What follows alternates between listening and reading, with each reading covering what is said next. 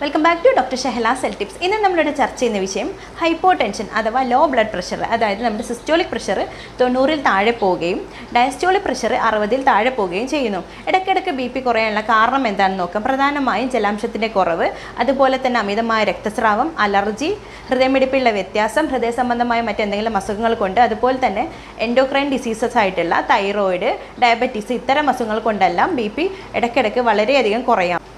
ഇങ്ങനെ B P വളരെയധികം കുറയുന്നതോടുകൂടി നമ്മുടെ ശരീരകോശത്തെയും അവയവത്തെയും അത് ബാധിക്കുന്നു.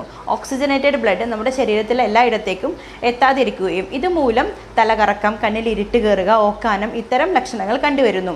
ഇങ്ങനെ ബി പി കുറഞ്ഞുള്ള പ്രശ്നങ്ങൾ വരുമ്പോൾ നമുക്കൊരു ഗ്ലാസ് വെള്ളം എടുത്ത് അതിലേക്ക് കുറച്ച് ഉപ്പിട്ട് വെള്ളം കുടിക്കാവുന്നതാണ് താൽക്കാലിക ശമനത്തിനായിട്ട്. അതുപോലെ തന്നെ ഇടയ്ക്കിടയ്ക്ക് ബി പി കുറയുന്നവർ പെട്ടെന്ന് എഴുന്നേൽക്കാതിരിക്കുക, അതുപോലെ തന്നെ പോഷകസമൃദ്ധമായിരിക്കണം അവരുടെ ആഹാരം, ധാരാളം വെള്ളം കുടിക്കുക.